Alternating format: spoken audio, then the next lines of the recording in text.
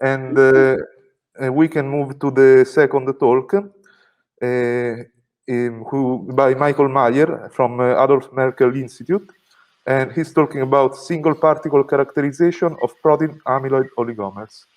When you please. Excellent. Thank you very much. Let me first check. Can you hear me well? Yes, we can. Good. And then I'm going to go here in presentation mode. Is that now visible in presentation mode, the presentation? It is visible. Oh. Okay, yes, now it is. Now, okay. And then maybe I'll remove this one as well. Is it good now, the display? It is good, yes. Excellent. All right. Well, thank you very much. I would like to thank the organizers for inviting me to this conference. I will talk about nanopores. So connecting to the previous talk of Fabio Gicconi, these are not ion channel proteins. We use synthetic ion channels, usually in silicon nitride substrates, to examine and interrogate and characterize on a single molecule level other proteins that are not ion channels. So most importantly for this talk, protein amyloid oligomers, and I will explain in more detail what those are. Let me see how I can go to the next slide here. Here. I have to do it on the slide. Good. So give you the motivation and the interest for this study. So we are interested in exploring the limits of nanopore-based characterization, and in particular, in the context of single molecule analysis, single proteins, single protein complexes, and single protein aggregates. And we would like to see how far we can push nanopore analysis in the context of protein amyloid analysis on a single particle basis. And I will motivate that in a second, why it's so important to do that particle by particle.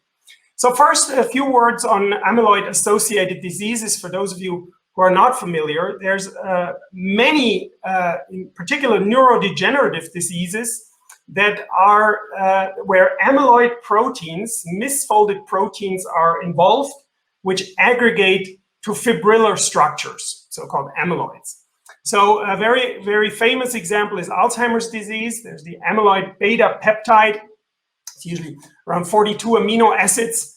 Many of these proteins or peptides are intrinsically disordered to various extents, and then they can undergo a folding change and aggregate to form fibrils that often have some form of toxicity. And in particular, the oligomeric states, not the fibrillar states and not the monomer states, but the oligomeric states appear to have the most important toxicity. So another example is alpha-synuclein, which is relevant in Parkinson's disease. I will talk about that one. And then there's another one that we have recently started to study is amylin in the context of type 2 diabetes. And you can see there's a whole list of other diseases as well.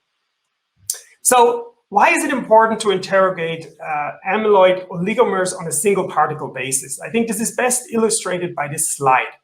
What you can see here is the example of one amyloid protein, for example, amyloid-beta, relevant in Alzheimer's disease. You have monomeric forms of this native state monomers of this protein that we, in this case, amyloid-beta, all have in our brains.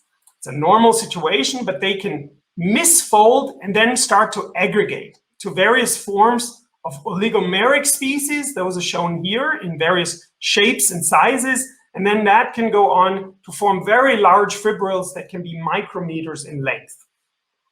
And what's important is that the heterogeneity in the size and the shape of these particular oligomers has clinical relevance. In other words, some of these, maybe this one, are more toxic than others and then the larger forms.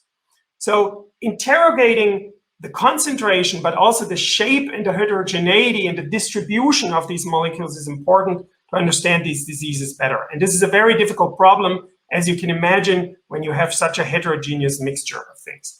So here's an example of electron microscopy images of such oligomers.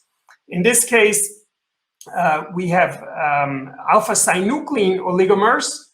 Here's a variant, I will talk about that some more, that is known to increase the risk of developing Parkinson's disease. And you can see they form these annular pore-like structures. These are the oligomeric shapes. Those are, of course, very different from these fibrillar structures. But in the intermediate size range, you can form these pore-like structures which also have ion channel activity. Now I changed my slide. I think that is the next one. Let me just try and see. Yes. So why are nanopores potentially interesting in looking at amyloid characterization? What I tried here, this was for a review article, was to list all kinds of beneficial characteristics that one would like to have in an analysis technique for interrogating amyloids. Clearly, you would like a single particle capability because of the heterogeneity. You would like to get size information, charge information, information about the shape, post-translational modifications, oligomer stability, and of course, this should be rapid and in solution. Lots of, let's say, label-free beneficial characteristics. And then I mention here all the methods that have so far been applied, the main methods to interrogate amyloid samples. And I hope that most of you will be familiar with these abbreviations. Otherwise, I've explained them here on the bottom. But the important thing is that green is good here and red is a lack of capability. And you can see the potential. I'm not saying all of this has been realized in full, but the potential of nanopores is really quite interesting in this context. In principle, they do have single particle characterization capability. They give size information. You can obtain information about the charge and so forth. So there's a few things they cannot do. They will not give us currently assessment of the composition, the chemical composition. It is also probably very unlikely that we would ever get to atomic resolution, but we can get very low resolution, as I will show in a second. There is expertise required right now, certainly in these experiments. Maybe that could change in the future. So what one would like is a rapid and quantitative characterization of amyloid composition in solution, which is currently not available. There's really no good technique that combines all of these characteristics, as you can see from this table.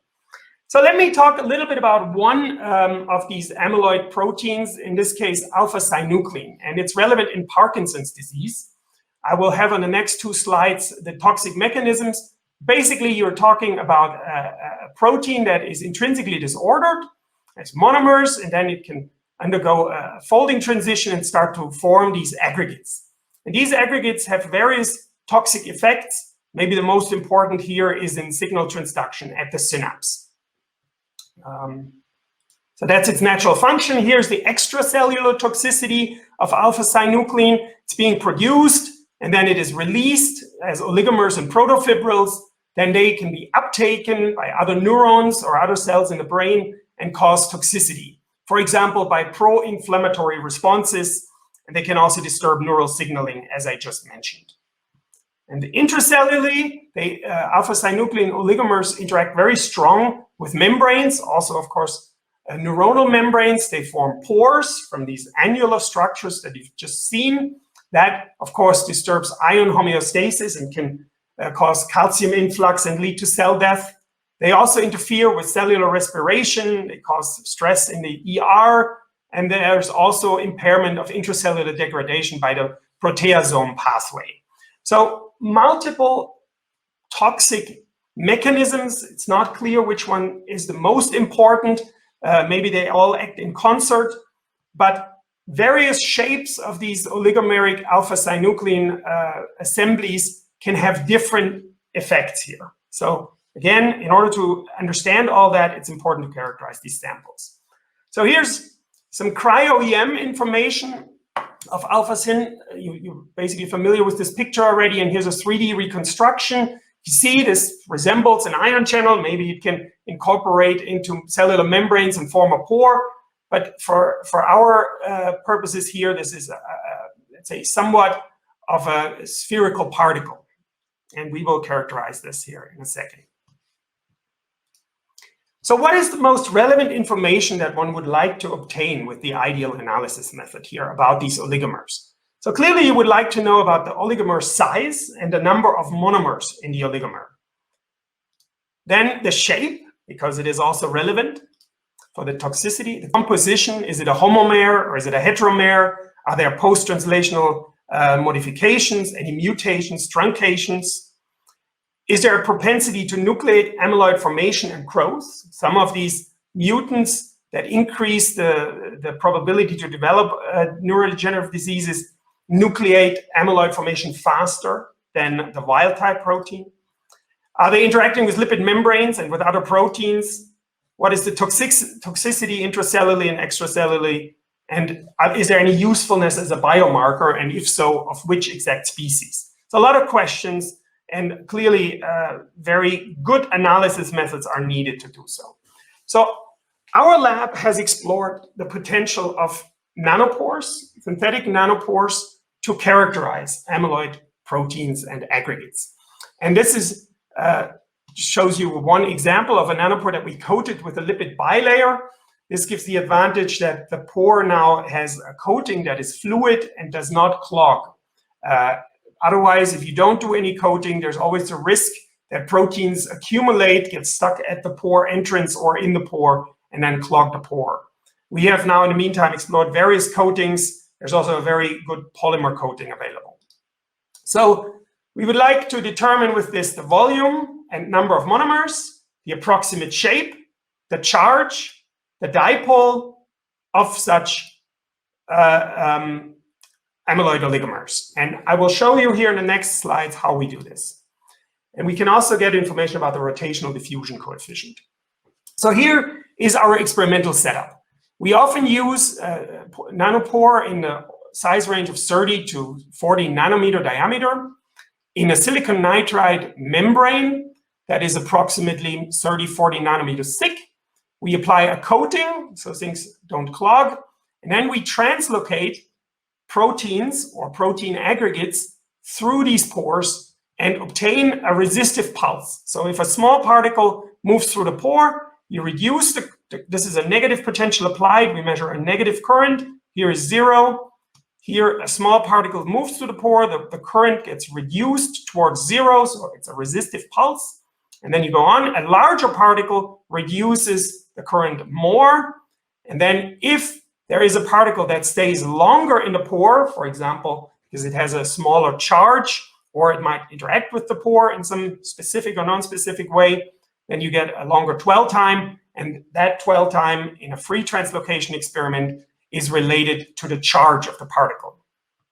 And then we also observed that when particles are non-spherical and rotate on their way through the pore, if this is a cylindrical pore, we observe modulations in the current depending on the orientation of the particle. And these modulations can be used to extract information about the shape of the particle. And of course, the speed of these modulations, of these orientational changes, relate to the rotational diffusion coefficient, and the bias in these rotations relates to the dipole moment.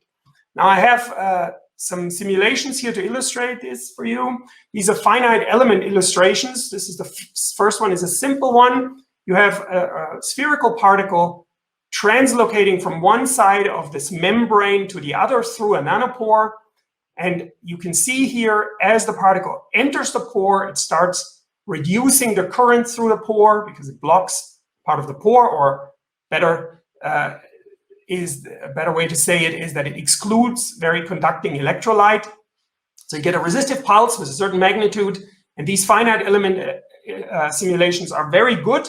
We get values that coincide very well, agree very well with the experimental data in terms of the size of the pore, the applied potential, and the blockade of the current.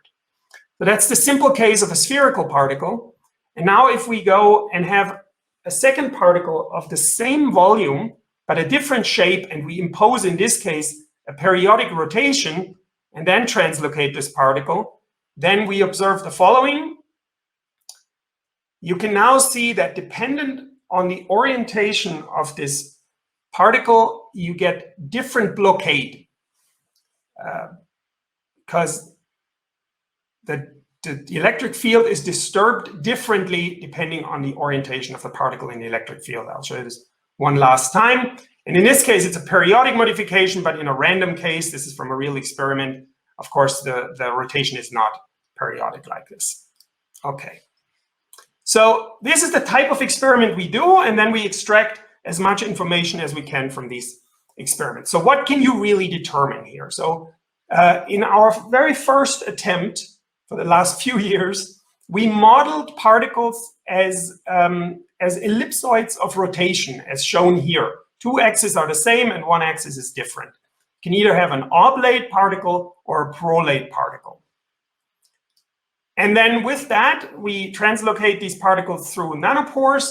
And from these modulations, the first thing we can extract is an approximation of the shape. And what you see overlaid here is always a top view and a side view of various proteins. In colored is their crystal structure, and in the gray is the shape approximation, the ellipsoid approximation that we obtained for each one of these proteins based on single molecule translocations with a nanopore. And you can see that for simple shapes of proteins, we get a relatively nice agreement here, sometimes a little bit of an overestimate, but overall quite good. And then of course, as the shape is very complex and not well modeled by an ellipsoid, we have increasingly bigger deviations. But the volume is actually quite accurately determined, which is important if you want to know the stoichiometry of subunits, for example. So this is the information on the volume, the size of the protein or aggregate, and the shape of the aggregate. So volume and approximate shape. And then the charge, I mentioned this earlier, we can determine by how long it takes until a protein translocates.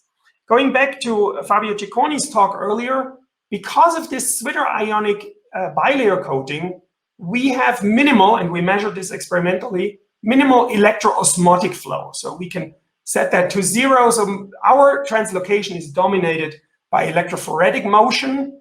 And you can see this here. Here's the comparison between experimentally measured translocation times of a certain protein and the theoretical fit here by this curve, which is according to this model. And from that, we can extract the charge of the protein, which is in this mobility here contained. And you can see that here. So the most probable translocation time relates to the net charge of the protein in this way. And we can confirm that theory by experiment by varying, for example, the applied potential. So the charge can be obtained.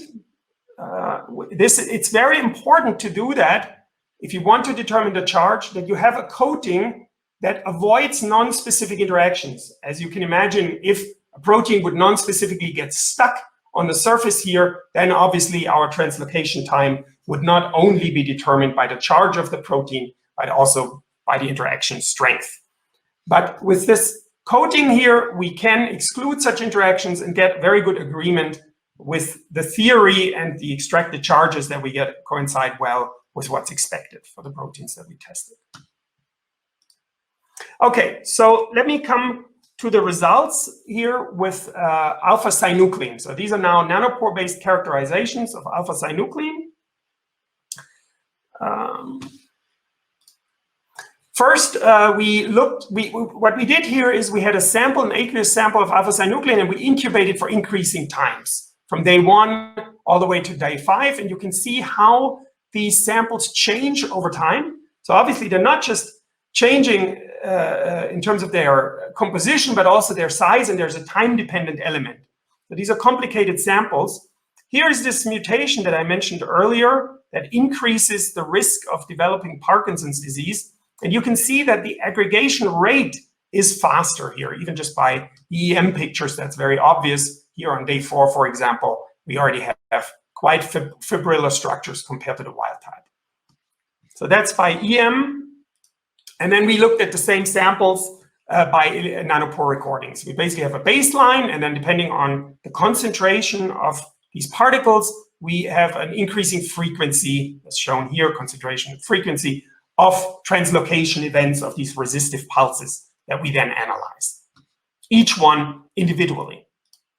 So we start with the monomer. So this is again baseline before addition of monomeric wild type alpha-syn. you get these resistive pulses. Here are some magnified, so you can see that this, of course, is very compressed here. If you expand the time axis, and you can see we're talking about microseconds, then we can extract information. So here are some published structures of alpha-synuclein, and you can see it's intrinsically disordered. It's basically exists in all kinds of various shapes, and it's not so clear what's the dominant shape.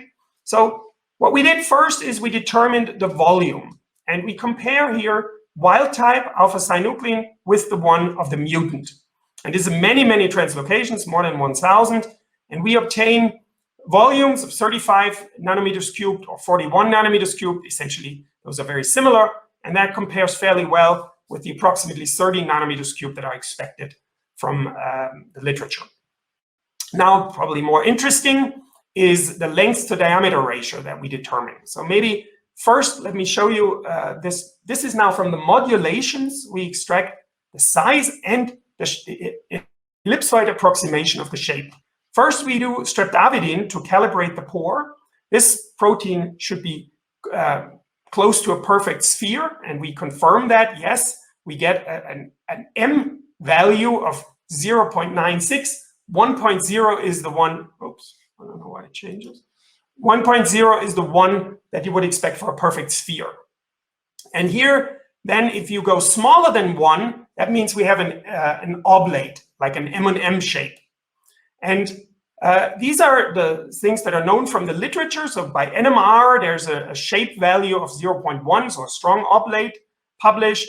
And then there is some MD simulations with cross-linking where an M value, an axis ratio of 0.6 was published. And these are the values we find for the wild type, the distribution, and for the mutant. And you can already see there's a slight difference between the two. They tend to be more oblate shaped, these oligomers, from the disease-relevant mutation. But overall, at least we're in the range of what's to be expected. And these are, again, single molecule experiments. These, of course, are ensemble measurements or molecular dynamics.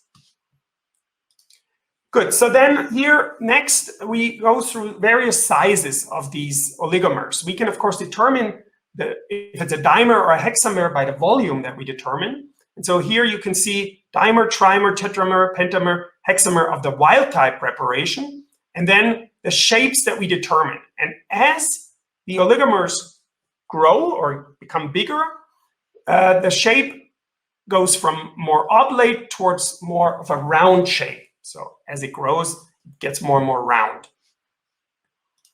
And that's different for this mutant version. Here, dimer to hexamer, we have no noticeable change in the shape. It stays relatively disc shape, relatively flat. That's one thing that we observed. So the shapes are different, and that might be also important in terms of toxicity. This is the length to diameter ratio and the distribution of the length to diameter ratio that we observed from the dimer, in this case of the wild type. Compare that to the dimer of the mutant, and we observe many more different length to diameter ratios. The most dominant one is the 0.21, so relatively disc-shaped. Then there is a very small population also of the more rounded. So overall, more heterogeneous. That's another thing that we see with this mutant version. Okay, now we focused on toxic alpha-syn oligomers. In the literature, there's quite a bit of information which size of alpha-synuclein oligomers appear to be most toxic based on all kinds of studies. So these are, if you want, scatter plots of the volume that we determined and the shape that we determined for each of these individual translocation events. And that's for the wild type and for the mutant. And so if we plot this as a histogram of the volume, we can compare the volume of the toxic sized oligomers. 8 to 50 mer are believed to be the most toxic. This is the distribution of the wild type, and this is the distribution of the mutant. You can see again, the mutant is more heterogeneous. You can see all kinds of various sizes, individual peaks of various species that form, and we show here how large these species are. This is then the distribution of the shapes. For the wild type, we see mostly two shapes here, an oblate with 0.24 and then one with around 0.7. Again, more heterogeneous, in the case of the mutant. Various shapes are present. And these are types of toxic oligomers that have been reported in the literature, type A, type B, type C. They are grouped by sizes. And we look here at the shape, length to diameter of the wild type and of the mutant. And again, we tend to have a more oblate shape on average by the mutant. So they tend to be flatter, more annular structures. We can then go on even to day 4 and 5, where we start to see fibrillar structures and characterize those. There's a different mathematical approach when the fibril is longer than the nanopore, but you can still use theory that's also been developed in the context of DNA to then extract, for example, the diameter of these. And we've done that, and you can see you get various different diameters as more of these fibrils form a fiber. And this is some information known from the literature from 2003. Protofilaments of alpha-syn have these kinds of diameters, and then they grow in diameter, and then there's another fibril diameter, and we can see those diameters from these measurements as well. There's also an interesting thing that the noise is much larger when it's a thin filament as opposed to a thicker one, probably because it can wiggle inside of the nanopore left and right, and that causes noise. I will come back to that later. Okay, so these were our results that I wanted to present on alpha-synuclein. I will now move on to another protein that's relevant for neurodegenerative diseases. In fact, there's a lot of attention now on microtubule-associated protein tau.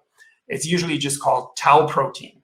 Tau is relevant in Alzheimer's disease, and there is now some trend that people start to realize it might be at least or maybe more important than amyloid-beta. That's been studied more, let's say, extensively in the past. So a little bit of information on microtubule-associated tau. As the name says, it associates with microtubules and stabilizes those, and that's of course important for axonal transport in neurons.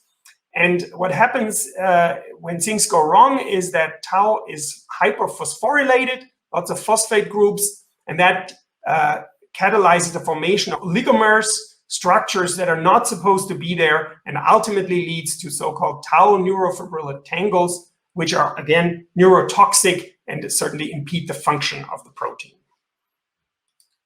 So these oligomers are, again, what we are interested in, and we looked here at low N oligomers of native tau. So this is tau as it is natively supposed to occur, and we can certainly characterize the monomeric protein, the dimer and the trimer here by their size. And then we can look at hyperphosphorylated tau, and already you can see again a similar picture. It aggregates faster, and bigger assemblies or aggregates are favored here, at least relative to the non-phosphorylated version. So these are things that we can again obtain from nanopore experiments on a single particle basis in solution without any labels. We can also look at phosphorylation. So if you have native tau without any phosphorylation, or if it is phosphorylated, then we can characterize again the size, that there was no difference in the size. But we can also look at the translocation time, and as you would expect, the phosphorylated tau proteins move through the pore much faster, shorter translocation times compared to the native tau. And from that, we can extract both charge information and some idea of dipole moment, although that's more difficult. Okay, so all the work that I have shown to you so far was based on our original approach of approximating complex particles with ellipsoids of rotation, very simple shapes. And of course, we were interested in taking that further and try to develop better models to describe shape. And basically, we coarse-grained proteins by using rigid bead models. And I'll show you some results from that. So basically, we are doing hydrodynamics simulations of rigid bead models that go through nanopores. And in these simulations, we can apply all the realistic conditions. This is COMSOL here, but we also do this with other simulations together with a collaborator of mine, Marco Latuada. And here we get then a full description of the hydrodynamic and electrophoretic forces as this protein translocates through a nanopore. And the bead model we use, we start with the PDB structure that we can just obtain in many cases, and then we basically abstract to various bead models with increasing, let's say, simplicity. And the charge we can also assign based on computational methods to each of these beads. So this is the process. We start with the PDB, we go through, assign the charges, and then we can either make a model with 1700 spheres, 194, or any number of beads. Or we have alternatively the option, of course, to manually put together beads in any sort of shape, assign charges, and then do simulations with those. Okay, and then here I can show you the results from these simulations. So in this case, we look at bovine serum albumin, PDB structure. We abstract it here to a bead cluster, and then we let this bead cluster in a simulation go through the pore. The pore here is cylindrical. We cut it here so you can see it. It starts here and it ends here. And then if I run this simulation, this is now, again, a realistic description of all the hydrodynamic and electrophoretic forces on this single protein, and plotted is the blockade in current as a function of the orientation of this protein in the electric field. So now it exits, and this is just more or less above the pore until the simulation ends, and it's far away from the pore. Can come back a little bit and then again move away. There's also the time here. So this will be done here in a second. Okay. Now, oops, that was not, oh, it's backward. Yeah, that's unfortunate because now normally you saw this trace here earlier, and what I mark here is the actual entrance in the pore. This is when the protein is here, and the exit when the protein is here. And then you can use the information. This is really unfortunate. But overall, we can then, in this window, while the protein is in the pore, extract the histogram of the blockade current. So this is now this information depending on the orientation of the protein. And you get a distribution depending on how it's oriented. If the protein is completely crosswise in the pore, you have the maximum blockade. If it's completely aligned lengthwise, you have the minimum blockade. And then, of course, you can do this many times over, and then you get some sort of histogram that converges to an average value for this particular protein in this particular pore. And this now, obviously, is not anymore a simple approximation of shape. We have actually relatively fine detail of shape in this case. So this would be here an example of the maximum blockade, like I just completely crosswise in the middle of the pore, get the maximum blockade current. That would correspond to this orientation. Here, completely lengthwise, still inside of the pore, that would be the minimum blockade current right here, and that corresponds to this conformation.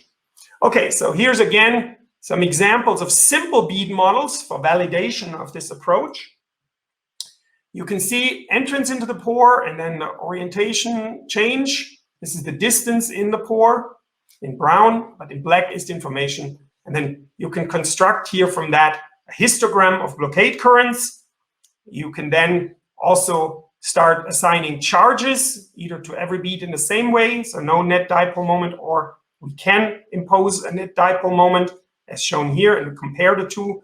And there is then a bias towards a more lengthwise conformation in the electric field. So you get a little bit more compared to here of the low blockade current and a little bit less of the completely crosswise blockade current because of the bias due to the electric field in the pore. We also get translocation times that are realistic from this experiment. And we can compare the results from our simulation with finite element simulations of very simple models, bead models. In the red is, in this case, the bead cluster, our simulation, and in black would be finite element COMSOL simulations. And these are the minimum delta I, the maximum delta I, and you see overall very good agreement of these two approaches. So this is the validation, and then here's a validation with experiment. So in this case, we did this protein, Parkin, also relevant in Parkinson's disease. Experimentally, we get the blockade currents here, a histogram in what's it called, purple, and then in green would be the prediction from the bead cluster model. It's more narrow because, of course, the noise is smaller in the simulation than it is in a real experiment, but overall, fairly good agreement. Excuse me, I don't know why it always does that. Okay. All right, I'll go to the next. So this one, you remember maybe, you've seen this one before. This is the alpha-syn oligomer, alpha-synuclein oligomer. We made bead models of that, and we can translocate that as well in the simulation and obtain an expectation of the blockade current distribution.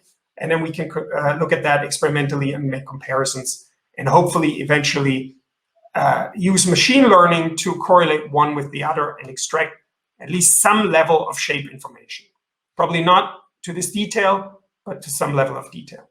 Here's a relevant protein that we just, because we could, simulate it as well. You have here the RBD domain of the spike protein from SARS-CoV-2, and it's binding to the human ACE2 receptor. We can model both of them individually. So this is just the human ACE2 blockade current distribution. It's a small protein, so relatively small blockades. Only the spike RBD gives you the red, and then the complex, and this is what we're talking about here, is then shifted to larger blockades and a different distribution as any of the other ones. So I hope you can appreciate that if this can be done experimentally to this level, then one could distinguish between those three. And in one experiment, obtain concentrations of each species, unlabeled, on a single molecule level. We are now using machine learning to start better analyzing and classifying these experiments. So for example, we compared two proteins with the exact same volume. This is acetylcholine esterase and IgG. They have they're very close in overall volume, but very different shape. And we can then use machine learning and various algorithms to see how well we can distinguish between the two and classify correctly. And this is true in most cases. We obtain or we determine an IgG when it's an IgG, and very few wrong determinations, and the other way around as well. There's more to be done with machine learning. For example, one thing that we saw is that time-dependent information from the autocovariance of these signals contains very valuable and actually very robust information about the particle. I will not spend more time on this. There's one more detail that I would like to mention that is important for anyone working in the nanopore field, and that is off-axis effects. So you may have noticed my earlier simulations, the translocation was perfectly in the center axis of the pore, giving this beautiful dependence. But if we now allow the protein to diffuse laterally while it moves through the pore, and that has an effect as well, as you can appreciate here. So in this case, even though the shape is a perfect sphere, there is still a modulation in the current based on the position in the electric field, because you get an asymmetric electric field once the particle is on one side. So this complicates these types of analyses, and this is something that we're also currently investigating and trying to improve or minimize. For example, by PEG coatings that funnel proteins mostly through the middle. This is a more detailed analysis of the same thing. You can see the deviation can be up to, in this case, 20%. That would be the worst case scenario, but that's an important factor to consider. Otherwise, you would interpret fluctuations as shape information when it really is positional information laterally. So, Let me skip that. I would like to thank here the team. This is work that has been going on now for more than 10 years overall in the lab, and there's various people who have already left the lab but done very important work. Eric started most of it. Jared recently graduated and left. He did the work on the determination of the shapes of proteins in free translocation. Marco Latuada is our current collaborator on these bead models and the simulations from them. Saurabh did most of the work, or pretty much all of the work, on the alpha-synuclein. Shifeng, a lot of the COMSOL simulations that I showed. Sharan is working with Marco on these simulations, and Stefan is doing the machine learning. And then there's other people in the group who have made some contributions, but these are the people who mostly contributed to this talk. Then I would like to thank the funding agencies here. There's various funding agencies over the years that have made very important contributions. Also, Oxford Nanopore, for example, has been very good to us for several years now. I would like to thank you for your attention, and I'm happy to take any questions.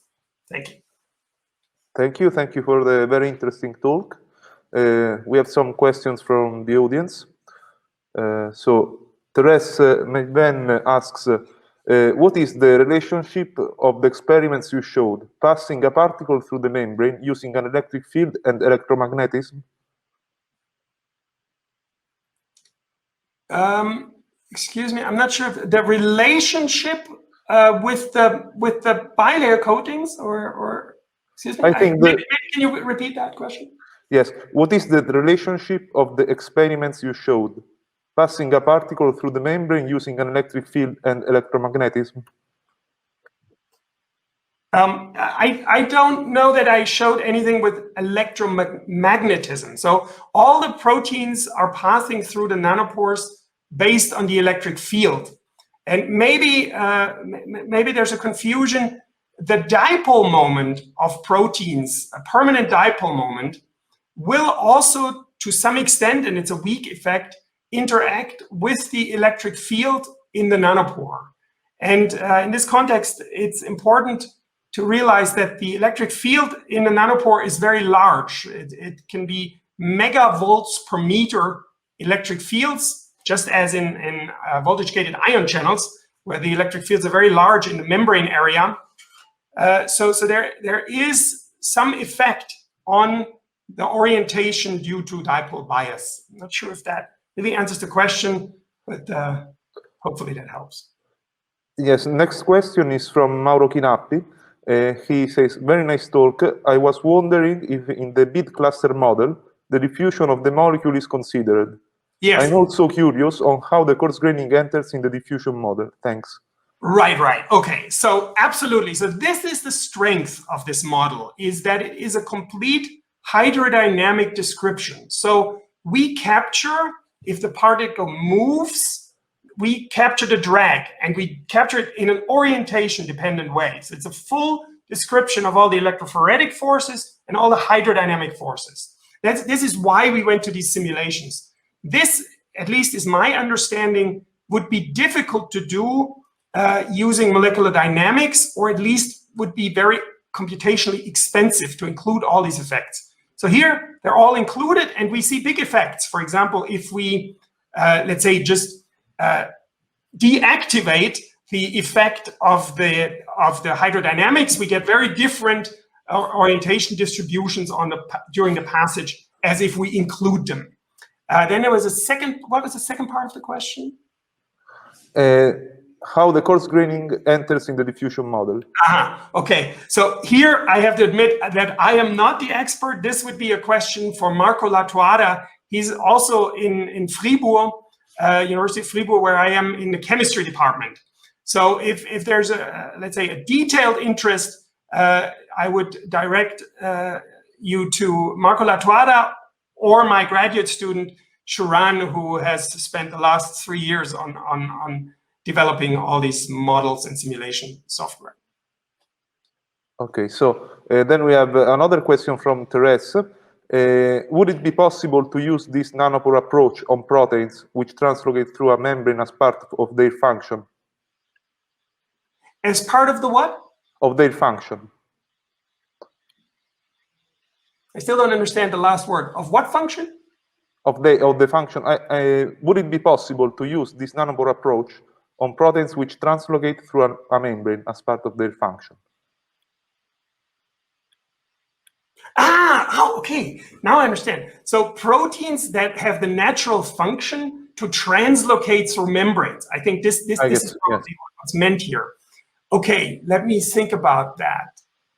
That, I think, would be a very different case, not because here you would have a membrane, which initially would not have a pore, if I understand this correctly.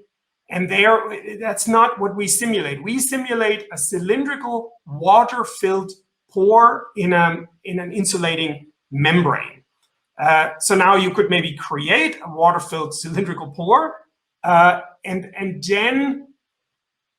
then I guess the simulation would at least give some results. There would be strong wall interactions, in this case, the lipids, which is not yet captured, but that is ongoing work that we are including wall interactions in the future.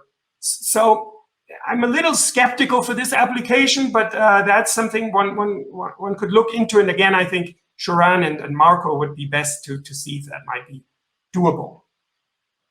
Okay, so this connects with the next question from Luigi Catacuzzeno, who asks, is there the possibility that the molecule interacts with the wall of the nanopore, and how this interaction would affect the results? Yes, okay, so again, we have not yet included it, but of course, you can do that or not. You can have some interactive potential that you probably have to, in a general way, average. And this experimentally, we've done this extensively in the past. You can engineer a specific interaction into towards some receptor on the coating of the nanopore. For example, this was shown in some of these cartoons. We had, as a very simple example, lipids that would present with a linker, a biotin group, and then, for example, an antibody that binds to the biotin group. So now you get this interaction, and now it translocates in a lipid-anchored way. This was very fortuitous because it slows down the translocation and gives us more time to analyze rotation without slowing down rotation by increasing viscosity or something. So we actually did this experimentally a lot in the past, also because of the limited time resolution of these measurements. On the simulation side, we will include it, but of course there you will have to make assumptions about some average or some distribution of let's say, off rates of binding that will probably have to be to some level, is clearly approximations, but then we can compare with experiment. So I think one can include it to some extent, yes. Okay, so we thank again Michael Meyer. If there are more questions, you can answer them in the chat.